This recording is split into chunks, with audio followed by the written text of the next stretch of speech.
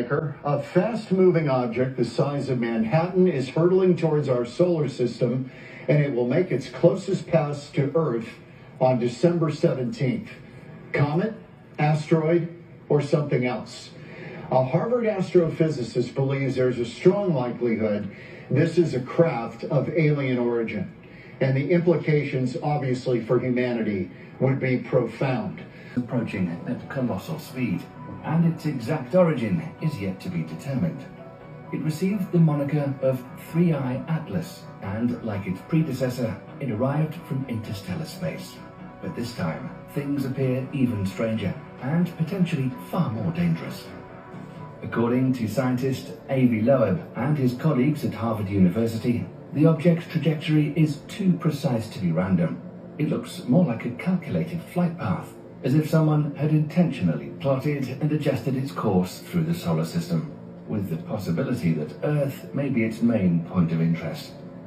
Add to that its enormous speed. Three-Eye Atlas is traveling almost twice as fast as most known objects in the solar system. And this visitor isn't just fast, it's a true giant.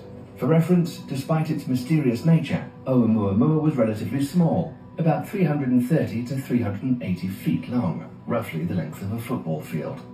But this new object is hundreds of times larger. According to early estimates, its diameter could reach 6 to 9 miles, comparable to the size of Manhattan Island.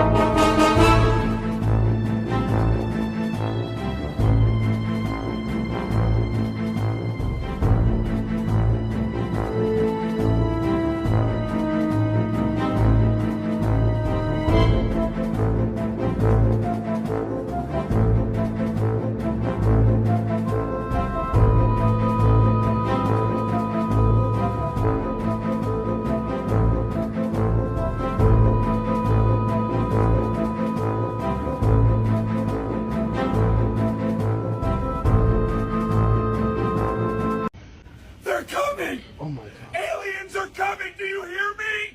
Aliens! He's really losing it. Three-Eye Atlas is the mothership! What's he talking about? They're here! What the fuck, guys? The Rubin telescope has discovered thousands of objects coming out of deep space along the same trajectory and going alongside Three-Eye Atlas. Listen to this. The data poured in, a cascade of new bodies bleeding out of the darkness around Three-Eye Atlas, as if some hidden factory had opened. The first night, Rubin logged 989 objects emerging from the Three-Eye Atlas region. By the second night, the count had already surged to 1,355. On the sixth night, it was 1,796. By the seventh, 2,104. 3 days later, the tally ripped past 4,000. The multiplication was continuing, all headed toward Earth. The swarm didn't burst into being, it grew in real time, with new objects appearing in the scans every few hours like fresh production runs from a factory. But why Rubin telescope can detect these objects, not other telescopes on Earth? Because no other telescope on Earth is built like Rubin. Its enormous 8.4 meter mirror and the largest, most powerful astronomical camera ever built, a 3.2 gigapixel eye, sweep across the heavens every night, capturing oceans of starlight at once, instead of staring at a single patch. That is why it could show what no one else could, thousands of bodies spilling out of deep space in perfect formation. And what made it so terrifying was the uniformity. Spectral reports showed every object shared the same speed, the same trajectory, the same strange green-tinted tail as Three-Eye Atlas. A.V. Loeb confirmed nickel, cobalt, and high-temperature alloys, the kind of metals forged under industrial conditions. All had the same unusual carbon monoxide-driven glow. Until that moment, every amateur and professional astronomer had seen only one object. Now, there were thousands. Infrared spectroscopy made it worse. Each of these bodies was about 1/10 the size of 3I Atlas, yet apparently powered by a core twice as powerful. 3I Atlas had already puzzled scientists with an estimated 10 gigawatt power source inferred from its core, but the new companions appeared to radiate 20 gigawatts each. Even our most advanced reactors cannot match that power to mass ratio. Our biggest power plants weigh thousands of tons to produce only a few gigawatts. These objects are no larger than a city block, yet each one radiates enough power to light entire nations while hurtling through space. What the fuck is going on, guys? Seriously. We are literally in for it by the looks of it. We've got an armada and thousands of objects heading our way. Holy fuck. Hey guys. Right, so what I said is that I would report on this when there is substantial amount of information to talk more about it. Turns out that the intelligence community isn't very good at keeping secrets anymore, or at least everyone's just had enough of all the secrecy around this and they just want the public to know. Because leaks are coming out left, right and centre on this now. Right, this is from a Dr. John Brandenburg. Dear friends, it appears the James Webb Telescope has found strong evidence of life on an exoplanet. Reportedly, this may have led to a classified briefing to Congress. If so, this is a dramatic step towards disclosure. Now, that's not the crazy part. The crazy part is that this same group that have discovered this have also discovered, and I quote, a massive object that is course correcting towards Earth. Can't believe I've just said that out loud, but I'm now starting to see it from credible sources that I've been using for the past 12 months. There's a leak. They have a leak. The JWST keeps finding these things and they keep having these classified briefings. They are finding a lot of stuff with the JWST that they are not disclosing to the public. Now, from what I remember, when you have a project like the JWST and it's publicly funded, if something is found, by law, you have 24 hours to disclose that information by public address unless it is a direct threat or in breach of national security guidelines. So what I think they keep doing is, because this is happening more and more, by the way, this isn't the first time either. It keeps seeing these things and then it keeps going into a classified briefing because it is a breach of national security. I think that's their way of controlling the situation to not let this stuff out. But there is a leak. I got this from Psychoactivo, which is a podcast run by the co-host of Down to Earth with Christian Harloff. This is Pavel's channel. They had a very detailed discussion about this on Vetted with, I believe, a Dr. Holland and a bunch of other guys in there as well. This is news to me. And when I first heard that, I was taken back by it quite a bit. But after doing some digging, turns out that this is a legitimate thing. And I'm trying to dig deep as much as possible to get more information out to you guys on this. This is a lot. Even for me, this is a lot. This is a lot. I like to stick to the political stuff on this, but this is substantial information. And I'm trying to not let my own personal bias get in the way of this because, as I said to you guys from the beginning, it doesn't matter how I feel about something. If it's being reported, I need to report on it. That's just how it is. I don't care about what people think about me, but I'm just reporting what I'm seeing here from credible sources I've been using for the past 12 and a half months.